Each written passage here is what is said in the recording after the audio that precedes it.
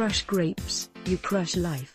So goes the slogan for Fitvine, a year-old wine company that was born when friends made a pact to craft amazing wines that also fit their lifestyles. Our team is always on the go, whether we're doing CrossFit, cycling, running, skiing, paddleboarding, or just enjoying the outdoors. Then there's Sense, a lower than typical calorie count wine for a well-balanced life, made in partnership with Weight Watchers.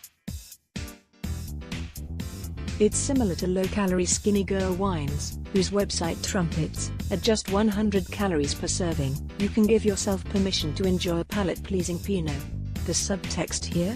Wine can be healthy. And you, go, girl. Related, here's what really happens to your brain when you drink too much alcohol. Other recent entrants in the booze marketed to women category are the bottles of wine, beer, or spirits, swathed in pink ribbons. Say, you can even be battling breast cancer while you're drinking. The irony, of course, is that this sort of pinkwashing using breast cancer awareness to sell products, ignores the fact that alcohol can up a woman's odds of developing breast cancer.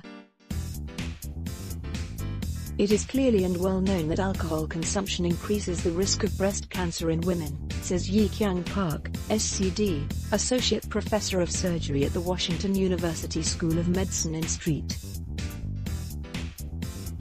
Louis.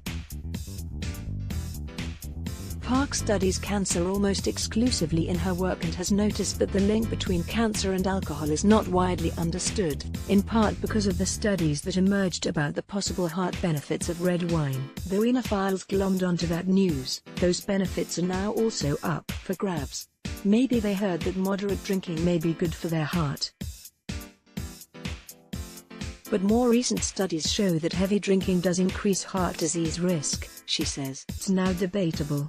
Related, the 5 healthiest types of wine, ranked. You may have also heard that 1 drink daily is okay for women, and 2 drinks daily are okay for men. But, Park parries, even 1 drink a day does increase the risk of breast cancer. But what about Fitvine and Sense, those lower calories wines? Are they better for us? Park is to the point. I don't think they have any scientific ground to say that their wine is less harmful than the others. In animal and human studies, alcohol is known to cause cancer.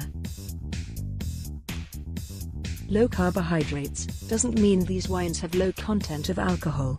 Neither Fitvine nor Sense responded to Health's request for comment. Most companies avoid using the word healthy in marketing alcohol products, but when Health shared images of wines that drape themselves in pink ribbons with Park, she was speechless for several minutes.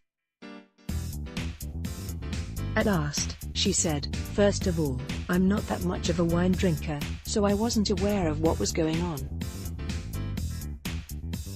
I hope those companies do provide some funding for breast cancer research.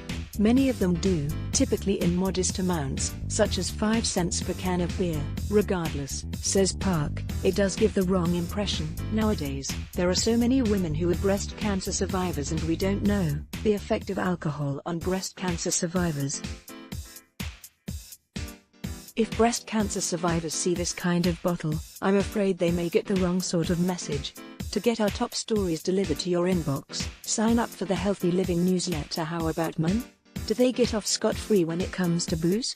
Liver, head and neck, esophagus, all these cancer rates are higher in men than women, Park says, and drinking alcohol can increase those risks. There are a number of other health factors at play. Of course, women and men metabolize alcohol differently, for example, says Park, but alcohol isn't exactly healthy for fellas, either.